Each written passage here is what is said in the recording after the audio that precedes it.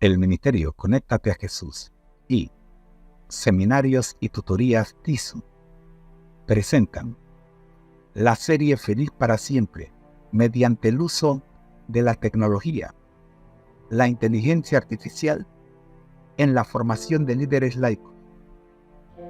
Tema de hoy: comentarios de la Biblia al día, el capítulo de hoy. Escuchemos. Marcos 10:1. Le invitamos a leer este capítulo a través del siguiente enlace. https://youtube.v/jezo-gxkjn2 interrogación de cierres y signo igual R0MAT7 JKZVH. El matrimonio y el divorcio siempre han sido temas que nos apasionan.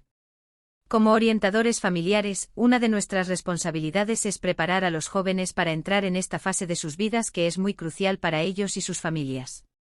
¿Qué es el matrimonio? ¿Por qué tantos matrimonios acaban en divorcio? ¿Cómo podemos evitar el divorcio? ¿Hay alguna forma de prepararse para el matrimonio que no acabe en divorcio? ¿Por qué el divorcio es tan frecuente entre los cristianos? Responder a todas estas preguntas probablemente nos llevaría unas cuantas publicaciones. Sin embargo, abordaremos un aspecto que creemos que puede ser una de las causas de tantos divorcios. Se trata de la unidad. En Marcos 10, versículos 6 a 9, Jesús dijo: Al principio de la creación, varón y hembra los hizo Dios.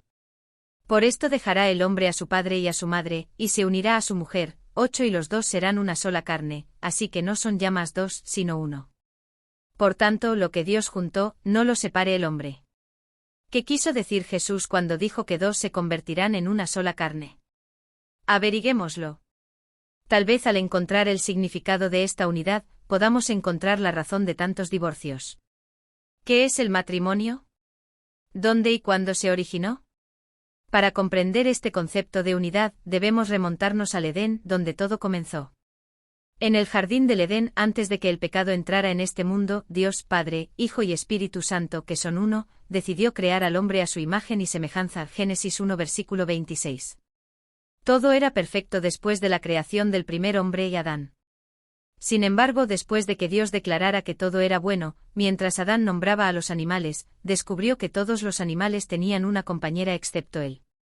En Génesis 2 versículo 18 encontramos la primera mención no bueno en la Biblia, y dijo Jehová Dios: no es bueno que el hombre esté solo, le haré ayuda idónea para él. Y en el versículo 20 del mismo capítulo encontramos lo siguiente: y puso Adán nombre a toda bestia y ave de los cielos y a todo ganado del campo, mas para Adán no se halló ayuda idónea para él. ¿Cómo se originó la unidad? Entonces Dios realizó la primera cirugía, tomó una de las costillas de Adán y creó a Eva, la compañera de Adán. Génesis 2 versículos 21 y 22. Dios presenta a Eva a Adán, y Adán dijo entonces Adán: esto es ahora hueso de mis huesos y carne de mi carne, esta será llamada varona, porque del varón fue tomada. Génesis 2 versículo 23. Ahora bien, como Adán declara que la mujer fue sacada del hombre, Dios declara el conocido texto bíblico en Génesis 2 versículo 24, por tanto, dejará el hombre a su padre y a su madre, y se unirá a su mujer, y serán una sola carne. Así es como se origina la unidad. Estas palabras expresan la más profunda unidad física y espiritual del hombre y la mujer y sostienen ante el mundo la monogamia como la forma de matrimonio ordenada por Dios. Estas palabras no recomiendan renunciar al deber filial y al respeto hacia el padre y la madre, sino que se refieren principalmente al hecho de que la esposa de un hombre debe ser lo primero en su afecto y que su primer deber es hacia ella. Su amor por ella debe exceder, aunque ciertamente no reemplazar, un amor muy apropiado por sus padres. Serán una sola carne. La unidad de marido y mujer se expresa en palabras inequívocas, existiendo como existen en una unidad de cuerpos, una comunidad de intereses y una reciprocidad de afectos. Es un hecho significativo que Cristo utilice este mismo pasaje en su enérgica condena del divorcio. Mateo 19, versículo 5, comentario bíblico adventista sobre Génesis 2, versículo 24. Pasos para lograr la unidad en el matrimonio. Paso número 1: dejar padre y madre. Antes de que podamos llegar a ser uno en el matrimonio, hay un aspecto crucial que debe cumplirse primero. Primero debemos dejar a padre y madre. Génesis 2, versículo 24. ¿Qué significa esto? Dejar a los padres significa esencialmente abandonar, dejar ir o dejar atrás nuestra dependencia de nuestros padres financiera, física y emocionalmente hablando. Independencia financiera y física. El mandamiento de Génesis 2, versículo 24, tiene varias implicaciones. En primer lugar, un hombre debe ser económicamente independiente de sus padres. Debe ser capaz de mantenerse a sí mismo y tener los recursos para mantener a su nueva esposa. Esto también implica que si el hombre es económicamente capaz de mantenerse a sí mismo, también debe ser capaz de proporcionar un lugar separado para vivir con su esposa. En los últimos años en Panamá, hemos visto una tendencia en la que los hombres construyen una habitación separada dentro de la casa de sus padres o construyen una pequeña casa dentro del terreno de los padres. Realmente no hay separación de los padres. Si es dentro de la misma casa, los padres suelen estar al tanto de lo que ocurre con la nueva pareja y pueden interferir en la nueva relación. La nueva pareja necesita espacio para crecer y madurar como pareja y como unidad familiar independiente. Independencia emocional. Como recién casados, solemos hacer comentarios a nuestros padres para recibir orientación en nuestra nueva relación. Parece una buena idea.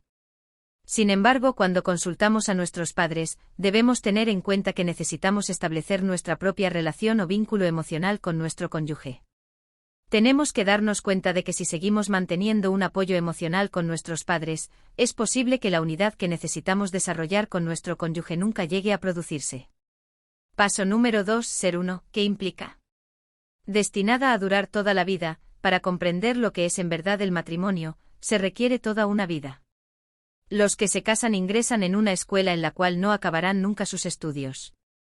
Por mucho cuidado y prudencia con que se haya contraído el matrimonio, pocas son las parejas que hayan llegado a la perfecta unidad al realizarse la ceremonia del casamiento. La unión verdadera de ambos cónyuges es obra de los años subsiguientes. El Hogar Cristiano, capítulo 16, una asociación feliz, p. 90. https://m.eguritins.org/es/book/177.482/482. Para llegar a ser uno, necesitamos entender dónde se originó todo. Una costilla fue tomada de Adán para crear a la primera mujer. Adán dijo: «Esto es ahora hueso de mis huesos y carne de mi carne, esta será llamada varona, porque del varón fue tomada». Génesis 2, versículo 23. Somos intrínsecamente parte el uno del otro. La mujer completa lo que le falta al hombre y viceversa. A esta plenitud se refiere el apóstol Pablo en Efesios 5, versículo 28, así también los maridos deben amar a sus mujeres como a sus mismos cuerpos. El que ama a su mujer, a sí mismo se ama. Esta unidad se compone de las tres áreas del ser humano: física, emocional y espiritual. Puede haber parejas que hayan estado unidas en matrimonio físicamente sin haber experimentado nunca la conexión emocional y espiritual del uno con el otro. Para que un hombre y una mujer unidos en matrimonio lleguen a ser uno, deben serlo en las tres áreas. Por lo tanto, necesitamos considerar las áreas emocional y espiritual del ser humano para llegar a ser uno.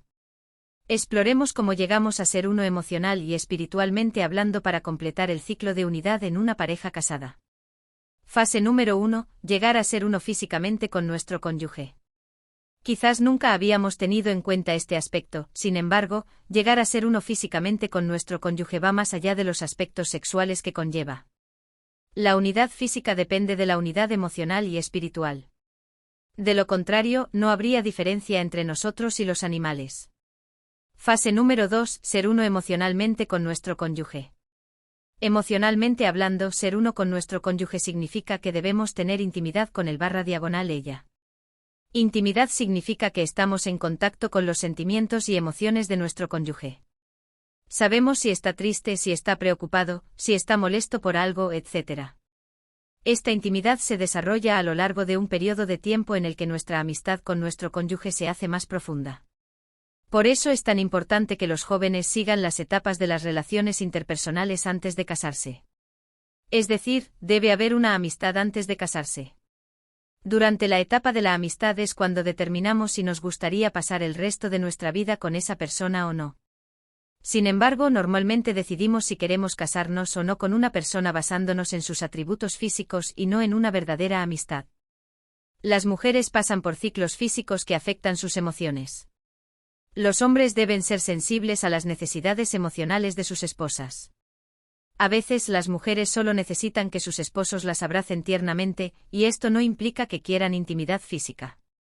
Los hombres y las mujeres deben observar, ser sensibles y capaces de responder a las necesidades emocionales de sus cónyuges para llegar a ser uno emocionalmente hablando. Esto requiere tiempo. Necesitamos fijar momentos durante el día para desarrollar intimidad, no física, sino emocional, en los que no hablemos de los niños, de las facturas que hay que pagar y de otras cosas materiales. Tenemos que hablar de nuestros sentimientos, de nuestros sueños, de cómo vemos nuestra relación dentro de 2 a 5 años, etc. Necesitamos conectar con el otro como persona, apreciarnos y animarnos mutuamente. El apóstol Pablo recomienda lo siguiente en 1 de Tesalonicenses 5 versículo 11, animaos unos a otros, y edificaos unos a otros. Fase número 3, llegar a ser espiritualmente uno con nuestro cónyuge. Este es el aspecto más importante de llegar a ser uno con nuestro cónyuge. El éxito en llegar a ser uno con nuestro cónyuge depende en gran medida de esta fase. En Juan 17 Jesús oró para que fuésemos uno con nuestro Padre Celestial como Él es uno con su Padre, mas no ruego solamente por estos sus discípulos, sino también por los que han de creer en mí por la palabra de ellos, para que todos sean uno, como tú, oh Padre, en mí y yo en ti, que también ellos sean uno en nosotros, para que el mundo crea que tú me enviaste. Yo en ellos y tú en mí para que sean perfectos en unidad, para que el mundo conozca que tú me enviaste, y que los has amado a ellos como también a mí me has amado. Juan 17, versículos 20, 21 y 23. ¿Por qué ora Jesús? Para que lleguemos a ser uno con Él y con el Padre, para que habiten en nosotros. Esto se logra mediante la morada del Espíritu Santo. Por eso Romanos 8, versículo 14 afirma que si hemos sido adoptados como hijos de Dios, permitiremos que el Espíritu Santo nos guíe. Solo cuando entregamos nuestras voluntades a Dios, el Espíritu Santo puede hacernos uno en Cristo. Cuando cada cónyuge rinde su voluntad a Dios, se hacen uno con Dios y cuanto más se acercan a Dios, más unidos se hacen como cónyuges. Este es el secreto de la unidad.